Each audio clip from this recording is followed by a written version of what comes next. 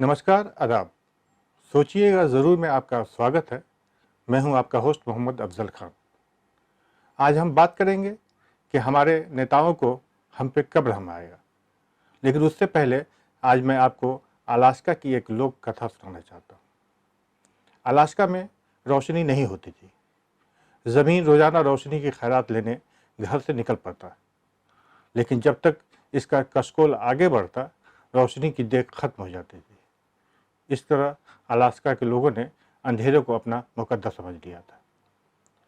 तभी एक कौवे को उन पर रहम आया और उसने कहा कि मैं आप लोगों के लिए थोड़ी सी रोशनी का इंतजाम कर सकता हूँ। लोगों के आंखों में खुशी के आंसू आ गए। कौवा रोशनी की तलाश में निकल पड़ा और चलते चलते वो एस्किमो सरदार की झोपड़ी तक पहुंच गया। एस्किमो सरदार की झोपड़ी से बाहर रोशनी आ रही थी। कौवे ने अपने जिस्म की खाल उतारी, जिस्म को मिट्टी बनाया, मिट्टी धूल में तब्दील हुई और वो धूल एस्किमो सरदार के बेटे के कान के पास जाकर चिपक गया। धूल ने बेटे के कान में सरगोशी की कि अपने पिता से खेलने के लिए रोशनी मांगो। बच्चे ने रोते रोते अपने पिता से खेलने के लिए रोशनी मांगी। पिता ने रोशनी निकाली, रोशनी का गोला बनाया और उसे एक धागे से बांधकर बच्चे को खेलने के लिए दे दिया। अब धूल ने बच्चे के कान में सरगोशी की कि रोशनी को लेकर बाहर चलो। बच्चा रोशनी को लेकर बाहर खेलने के लिए आया। तभी कौवे ने अपने धूल को मिट्टी बनाई, मिट्टी को जिस्म में तब्दील किया, पैर से खाल ओढ़ी और बच्चे के हाथ से रोशनी का गोला लेकर अलास्का की तरफ उड़ पड़ा। इस तरह अलास्का के लोगों को रोशनी मिल गई। आज का दिन है और वो दिन था और आज का दिन है कि आज भी अलास्का में किसी कौवे को मारना, भला बुरा कहना या छेड़ना पाप समझा जाता है। हमें भी रोशनी चाहिए। हम भी अंधेरे की राहों में भटक रहे हैं। हमारा भी मुकद्दर अंधेरा है। लेकिन क्या किसी कौवे यानी हमारे नेताओं को हम पर रहम आएगा? नहीं लगता है, क्योंकि ये हमसे भी ज़्यादा भ्रष्ट है और करप्शन है। तो आखिर हमारा भविष्य क्या है?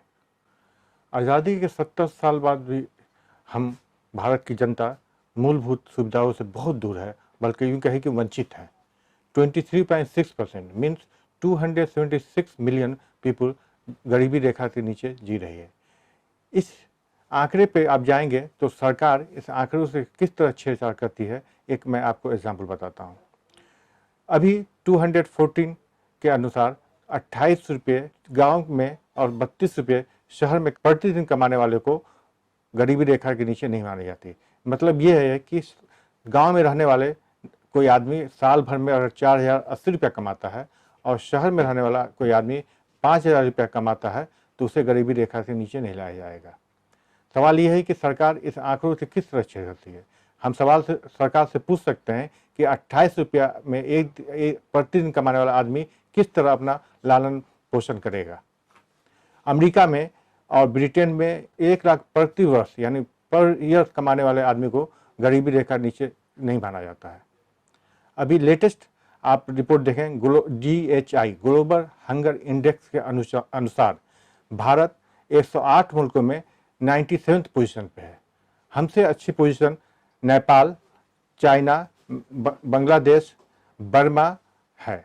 चाइना 29 पोजीशन पे है, नेपाल 72, बर्मा 75, श्रीलंका 84, बांग्लादेश 90 और इंडिया का नंबर 97 पे है। यानी जितनी हमारे जो सार्क देश हैं वो हमसे अच्छी पोजीशन में है। अभी फॉर्च्यूनर मैगजीन ने सर्वाधिक खुशहाल देश यानी जो सबसे बेस्ट देश है जहाँ खुशहाली है उसमें हमारा नंबर 122 पे है। जबकि आतंकवाद और गरीबी से पीड़ित देश जैसे पाकिस्तान, नेपाल, भूटान, बांग्लादेश, श्रीलंका हमसे ज़्यादा खुशहाल हैं। पाकिस्तान जो कि आतंकवाद और सेक्टेरियल वायलेंस की वजह से बर्बाद हो चुका है, लेकिन फिर भी वो 80वें पोजीशन पे है। नेपाल 99, भूटान 97, बांग्लादेश 110 और श्रीलंका 120 है और हमारा नंबर 122 पे है। सोचिए, अभी नरेंद्र मोदी ने 2014 से सफाई अभियान पर बहुत खर्च किया, करोड़ों रुपये उससे प्रचार प्रसार पे किया, फिर भी 2016 के अनुसार सफाई पे हमारा नंबर 123 नंबर पे हम हैं। आखिर हमने करोड़ों रुपए जो प्रसार पे खर्च किए हैं, सफाई अभियान पे जो खर्च किया गया, वो कहाँ गया? हेल्थ सर्विस में हमारी पोजीशन बहुत ही ख़राब है। इंडिया में 1 लाख पॉपुलेशन पे सिर्फ 80 डॉक्टर हैं। 80 में भी 36 डॉक्टर वो हैं जो MBBS हैं, बाकी BHMS आयुर्वेद डॉक्टर हैं। जबकि यही चीज़ हम न्यूजीलैंड और यूरोप में देखते हैं तो 10,000 पे 120 डॉक्टर हैं। आखिर 70 साल में हमारे नेताओं ने क्या किया है? हम अभी भी उसी अंधेरे में भटक रहे हैं। हमारे कौवों को यानी हमारे नेताओं को हम पर कब रहम आएगा, सोचिएगा ज़रूर। अभी तक के लिए बस इतना ही। अगले एपिसोड में फिर आपसे मुलाकात होगी एक नए विषय के लिए। तब तक के लिए हमें इजाज़त दीजिए। धन्यवाद।